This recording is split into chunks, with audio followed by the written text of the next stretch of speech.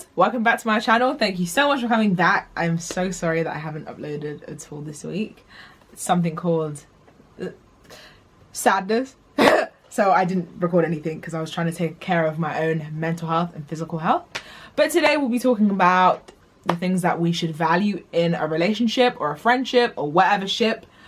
Just because I feel like not many people really talk about this. All I'm seeing is everyone's fake, blah, blah, blah. And I feel like it might be the negative approach, maybe just a little bit negative, because if you think everyone's fake, you're not gonna have any friends left, which is also perfectly fine. Being forever alone's cool. But anywho, I got 15 things on my phone, right? 15 things of like things that I value in a relationship.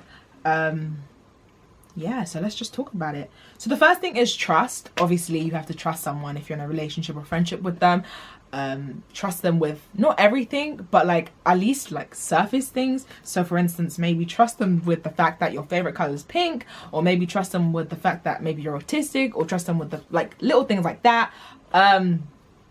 Sometimes I know it's quite difficult to trust your friends with like big things, because for me personally, I may have like a lot of friends or like a lot of associates, but like they don't all really know me like that. I only talk to like maybe my best mate about everything, and then everyone else knows my name maybe or like a couple of things about me, but they don't really know me. So yeah, trust is definitely one of them. The second one is honesty. You have to be honest. There is a level of transparency that you should have in a relationship, friendship, whatever, because yeah, like just be honest. If you think, you know, your friend's done something that is bad, or you think your friend did something that can be a bit like cheeky or put them in a little bit of a sticky situation, you should probably tell them, because that's kind of how friendships work. Like, be honest, be real. Yeah, like, but obviously the third point is respect, and that kind of links to honesty. Do that in a respectful manner. If you're gonna tell your friend like you don't like what they've done, do it respectfully. Don't put them down and make them feel like crap. This is one of the things people don't realize. Like, sometimes people go about things in the wrong approach, and you actually lose a good friend because you don't know how to talk to people. And no one's gonna come and sit down and teach you how to talk to people.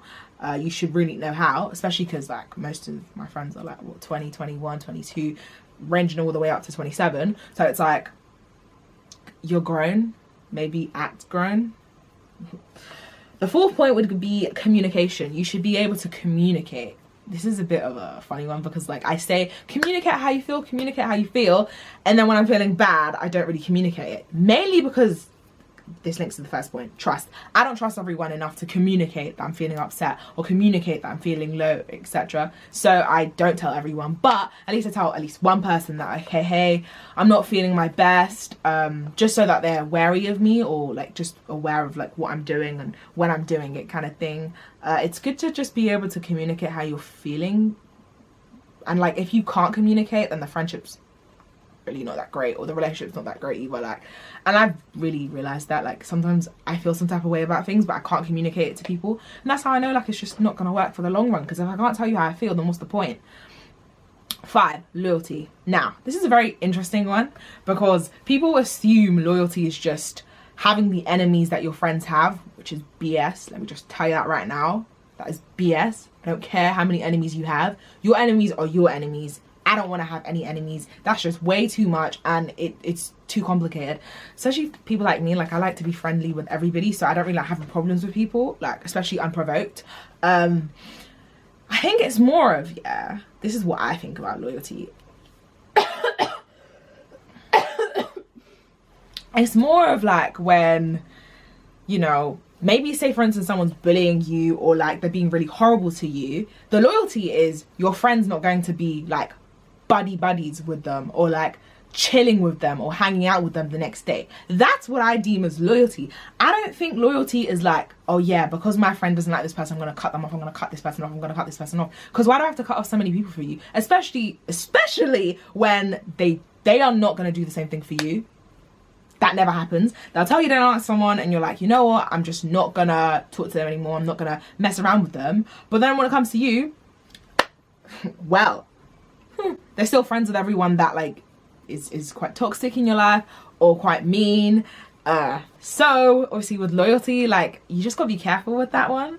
You should be loyal, but like be loyal to your truth is what I'd say. Like, yeah, so it just depends how you see loyalty. The sixth one, the sixth is happiness. Yeah, happiness. Are you happy in this relationship or friendship, or do they make you feel crap? Do they make you feel worse than you did before you got into the relationship? Think about it, think about it, think about it. Do they make you feel good? Because I'm so sorry, I've been in a relationship before and I just felt worse. So what was the point of me being in it? Or like, I've been in certain friendships that were just very toxic, and it's like, I was doing better off without you, kind of thing. And it's like, don't put yourself in that kind of predicament. And if you're anything like me, you don't know how to voice these things. You don't want to make anyone feel bad, but sometimes you've got to do what's right for you and your mental health. If someone doesn't make you feel happy, or they're draining your soul, like everything they talk about is negative, everything they do is negative, every time you link up it's just about gossip, leave it alone, because that's not going to make you happy.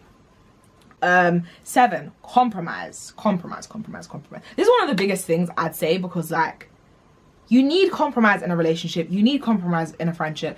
If you have a friend, for instance, who doesn't like to take snaps outside, respect the fact that they don't like to take snaps outside. That's your compromise, yeah? But say, for instance, you really like to take snaps.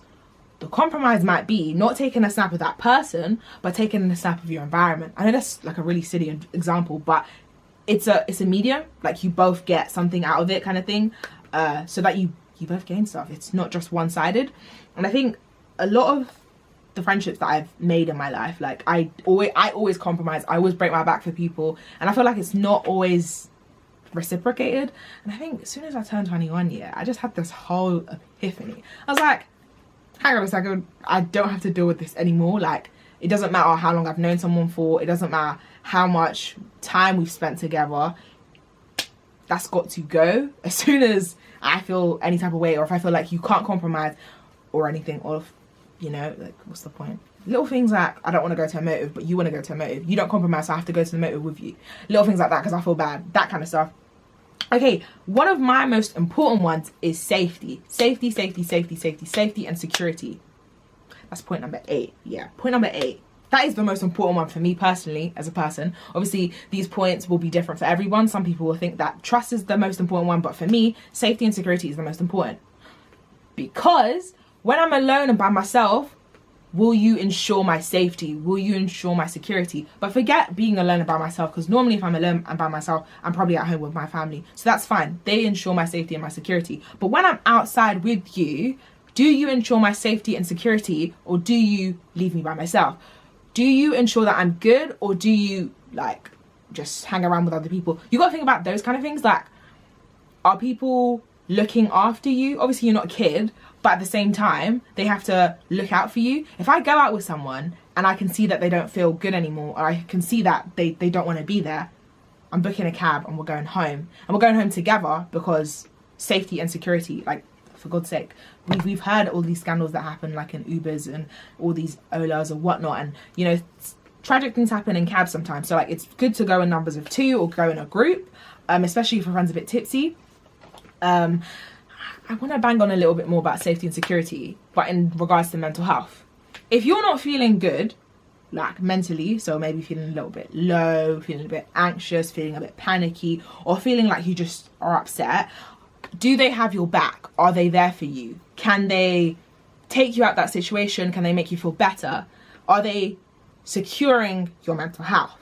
You've got to think about that. Because if they're not, in my case, if you're not making me feel any better, or if I feel like you're against me, just like the rest of the people, it's not going to work. It's absolutely not going to work at all, because why am I going outside? And most times I will know that I don't want to go out. Like, I can feel it within myself, but I'm like, no, let me go. And I'll go now, and I go get there, and I feel just so crappy within myself. And it's like, sometimes it's just good if you have like a friend who kind of can spot that. And don't get me wrong, some of my friends, my guy friends, like, always spot it, like, oh, Mayweather or Vanessa-May or VMA, how you doing? Like, are you okay? Like, what's up with you? And I'm like, yeah, no, I'm not feeling too good. And they'll take me out and then we'll go. But sometimes other times people aren't as clear and they don't help out as much as you'd want them to. Okay, so the 9th point, independence. Can you be independent in the relationship, or are you literally one person? Like, I get if you get married to someone, then you become one, but in a friendship or relationship, I'm so sorry, it's not like you can be your own person. Can you do the things that you did beforehand? So I like anime. Can I still watch anime when I'm in a relationship with you, or do I have to stop and start watching, I don't know, bloody romance movies, yuck? Or do I have to do things of that nature? Do I have to change the way I do things because of you? Or can I still be my independent self? Can I still be Vanessa-May without you, or with you, should I say, like in a relationship with you? Can I still be myself? The 10th point would be partnership as well. Like in that friendship, in that relationship, can you form a bond like together? Can you go out together, have each other's back, etc.? Or when you're in a relationship, can you be one? Can you be romantic, you know, in that regard? Okay, 11. Another really important one is support. Can you support your friends?